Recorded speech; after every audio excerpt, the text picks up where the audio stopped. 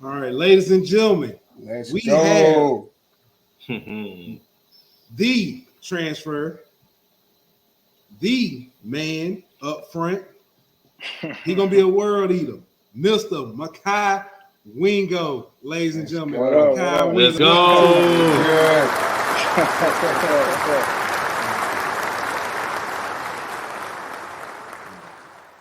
See, Mekhi, you know we had that many people here clapping for you, didn't you? Well, we got a whole audience like Martin. Yeah. What or something? But now, welcome to the Golden Boot. And I know you've been in Baton Rouge for a while, but welcome to Baton Rouge. Welcome to LSU. How are you doing this evening? Appreciate it. I'm good. Just back home in St. Louis, chilling for real. Okay. I actually have family in East St. Louis, but Nah, St. it ain't Louis. the same. It ain't the same. It ain't the No, it definitely ain't the same. It ain't the same. It's funny. I'm gonna tell a quick story. I didn't realize. So we used to go up there like every summer. I didn't realize the danger I was in until one day somebody told. I was like, "Yeah, I got family in East St. Louis," and their eyes got big. They was like, "What? Are they okay?" So what are you talking about? Then I started hearing the stories. What? I was outside every day. So, Hey, real but nah, talk. shout out my folks, man. Shout out my auntie. Yeah. But so how's everything, man? How do you? First off, let me get to this. From is it Desmet? How you pronounce it? Desmet. Desmet High School. What was it about LSU that kind of drew you there?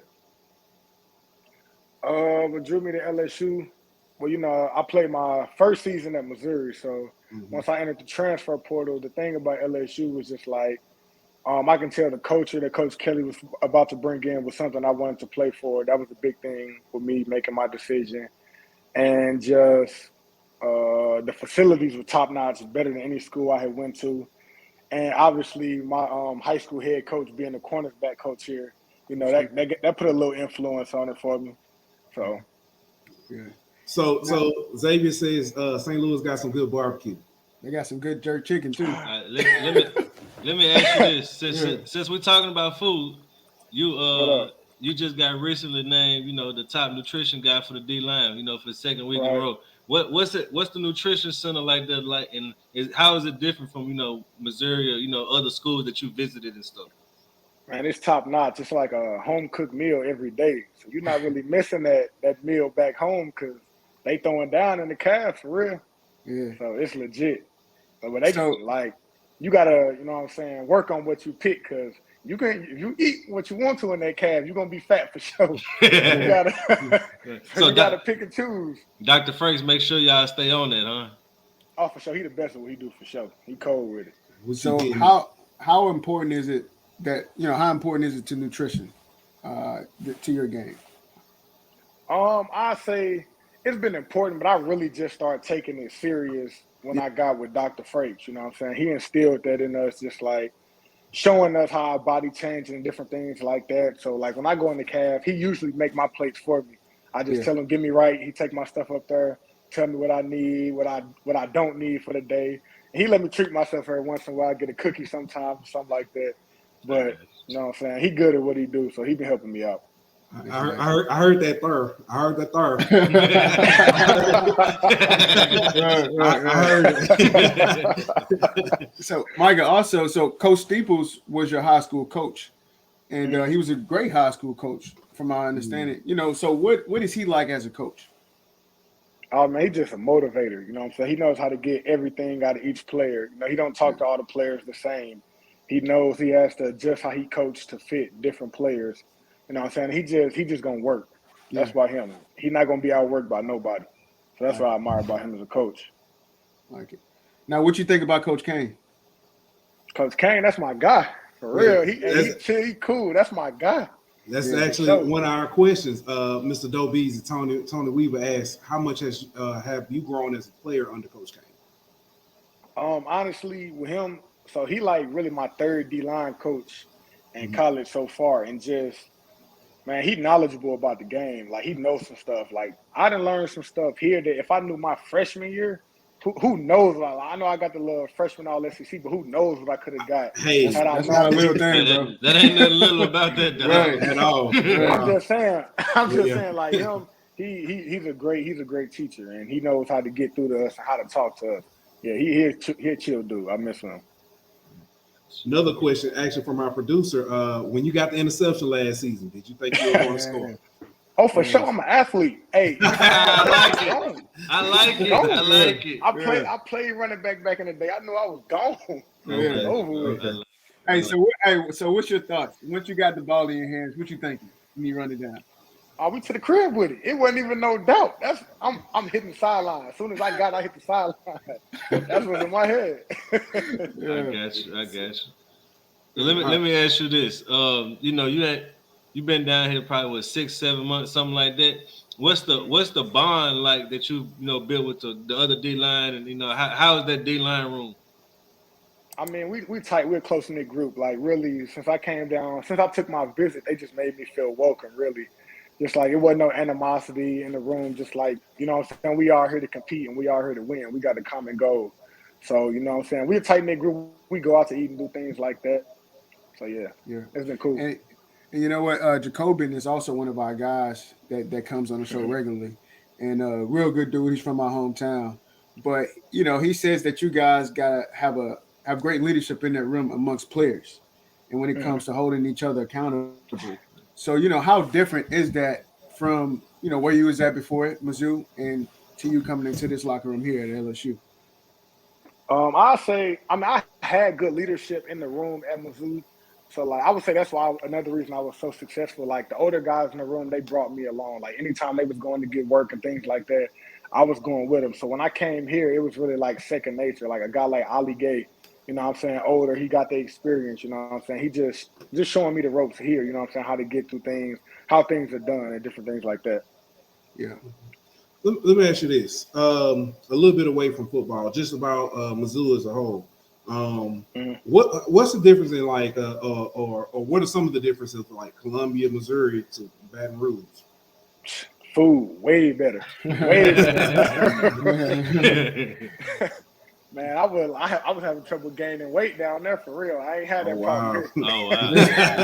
You ain't gonna have that problem. It's gonna be the other. It's gonna be the other way, keeping it off down here. That's right. And then it was just Columbia was just more like a college town. Baton Rouge is like a big city. So I enjoy that part of it. Like it's a lot of things to do here. Yeah. Let me ask you this. You from Mizzou or Missouri, went to Mizzou. How is it like being away from home for the first time? I mean, I'm enjoying it for real. I ain't really never had no aspirations to stay close to home anyway. Right. It was just like, all right, I know I can go here play early, It's hometown, I'd do that. But it was never a thing to me like, oh, I want to stay close to home. So I really wanted to go far the first time. And Mike, I seen in one of your previous interviews also, you spoke about how you and your mother, y'all really wanted to get out of the St. Louis area completely. Yeah. What are some of the reasons why you wanted to get out of the area? Just one thing, she always say, like, she don't like the laws in Missouri. So she always wanted me to just go to a different, go far and get away from here. And she didn't want me to be confined to one spot. She wanted me to see the world. She didn't want me to just only know Missouri and things like that. So that's why she wanted me to go far. I definitely understand that one. Thank you. So we do got a question from the producer. Says, ask Mekhi, the Golden Boot heard there's some rumors there was a debate about Marvel movies. What are your thoughts? Trash. I'm cool with all of them. What? And then that's a hot take right there. The new Thor, trash. That's a hot take right there. Well, ladies and gentlemen, that was Mekhi. That was Mekhi Wingo. It was good having him on. All right, let me ask you this then. Okay. So if you're not a Marvel guy, like what kind of movies and stuff you in? Oh wait, hold up. Hey, that brings up a good point. Say DC. You better not say DC. Hold up. That brings up a good point. I can give you my top 5. I can give you my top 5 movies. Of those of the speaker and do not necessarily reflect Number 1, I'm gonna go or Scarface positions of the for Golden sure. Boot podcast. As Number 2, I mess with Harlem Nights. That's my movie. Okay. Number 3, I'm gonna go with Django. I mess with that. Okay. 4, I mess with The Great Gatsby. And then I haven't seen five, that one. That's a good one. I mess with Donnie Brasco. I know. Donnie Brasco was a good one. Honestly, I can't really knock none of them, bro. So you I Hold on. So I can't really knock them. Hey, I don't necessarily agree with your marvelous trash take, but them 5 movies you just named, them 5 movies, I'm with you on that though. I'm with you on that though. I'm saying. Well, all right, Hey, and then I ain't gonna lie. Right at 6, right outside of 5, Creed 2. Creed like that. I mess with the Creeds for sure. It was all right. It was bland, but I ain't. He hates. All right, so let me ask you this. So, what did you think about Wakanda, and what do you think about the new Wakanda Forever trailer? I ain't gonna lie. I think we gassed Black Panther. It was smooth. It was ladies and gentlemen, that was Mekhi Wingo. I want to hear. Hold on. Let that man talk. I always say this. Black Panther was a smooth movie, but we gassed it because it was like a black superhero. Like the movie was straight. It was straight. Yeah. It wasn't nothing crazy. We gassed it a little bit. That's a fair point, dog. That's a fair point. I mean, how many other movies have y'all seen people wearing entire African garb to go watch it? Unless you go to see Coming to America. Let me say this. People, we say that, but people cosplay at movies. That's not cosplaying, dog. They wasn't wearing the It's that's our culture, huh? Man, no, cosplay is dressing like a character in the movie. They dressing like people in Wakanda. That's 2 totally different things. Is that not? So let me ask you a question. So if I'm wearing a helmet with a lightsaber, am I not dressing like the people? You're dressing like a Jedi. You're dressing like a Jedi who's actually in the movie. Now tell me how many people in Wakanda was wearing African garb like we see people wearing. People really wear that to church too, though. Let me ask you a question. But not to a movie. Let me ask you a question. Saying, that's part of the culture. If you can point Wakanda out on a map to me. My point exactly. If you can point it out on a map. My point exactly. So how is we wearing stuff like people wearing Ghana and places like that? Ain't no Wakanda. They ain't wearing that over there. People in Ghana wear what we wear, except they ain't got gold boot stuff. They can order it though. But yeah.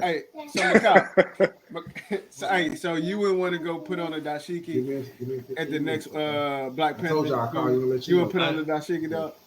No, I'm good. I'm gonna see it. I'm gonna go see it.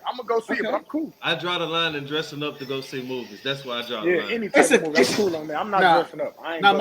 My son, I let my son dress up like Spider-Man. You know, whenever we went to see the Spider-Man movie, which was an excellent movie. I can't believe you said that. I'm cool. I just don't mess with them, Marvel. Like they straight. I don't. Okay. You're not a superhero guy. I get it. Yeah, I'm not. So you don't like DC though? You don't like DC?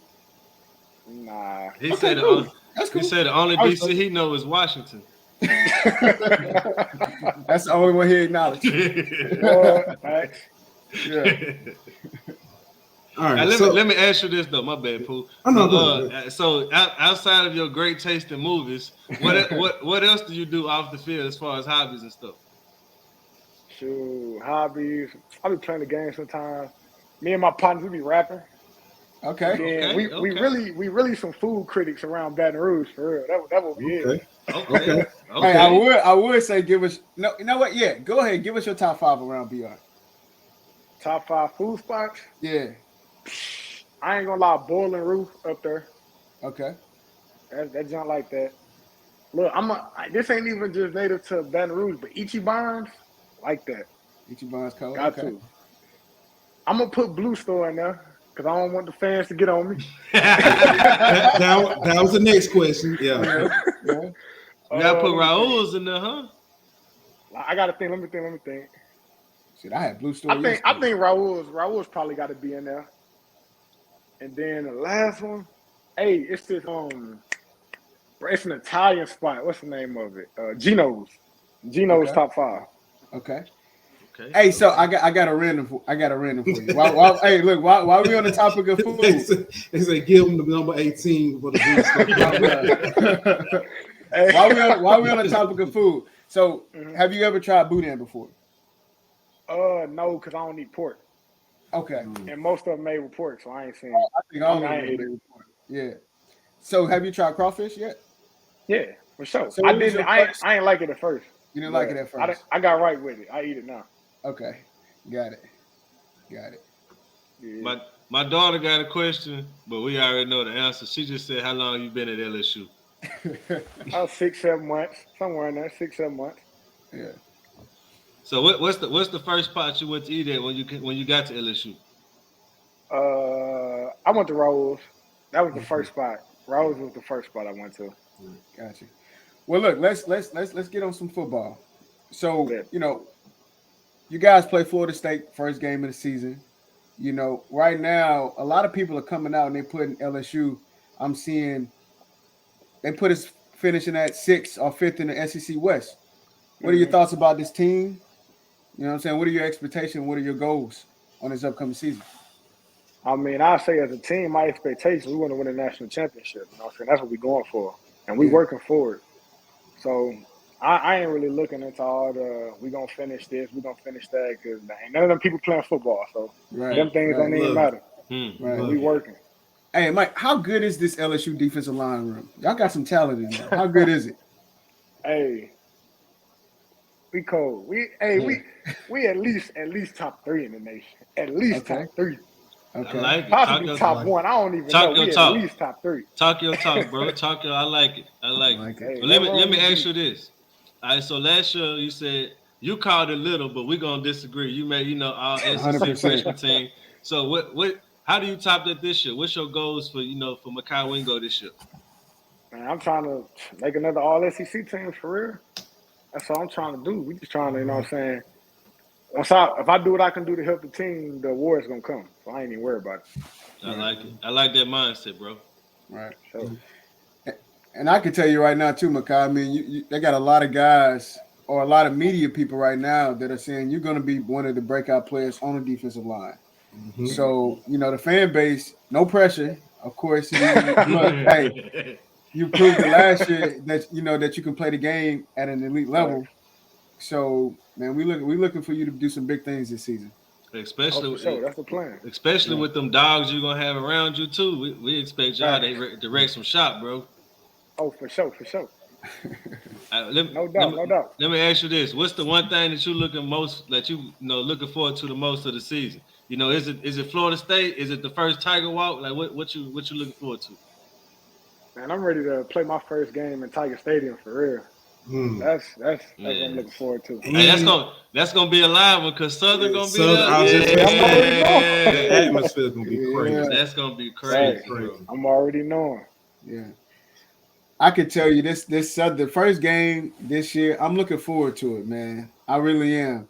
Just it's a crosstown rival, for the most part, and just I feel like it's gonna be a cultural event again. For the first time, being able to see Southern, and not only that, you got Southern always packs the place out. I mean, they ain't gotta go nowhere, but down the road. Down the street. But the bad part about it, you don't get to see halftime. That's the bad part about it. Man, I want to see the band. That's what I know. Hey, look, we'll record it for you. We'll slide it to you. He gonna be like the kicker for the Bengals. The kicker for the Bengals during the Super Bowl. He was like, man, forget this, brother. Y'all know who performing? I'm sitting down here. But listen, Mekhi, outside of your Marvel tape, it was a pleasure having you. I really do. I really do, man. Hey, enjoy St. Louis, man. It's a beautiful place. I've always loved going to the Arch. I've always loved Busch Stadium. My first game was, and I know this was way probably before you were born. It was Mark McGuire, Sammy Sosa during the heat of the battle to get to 70.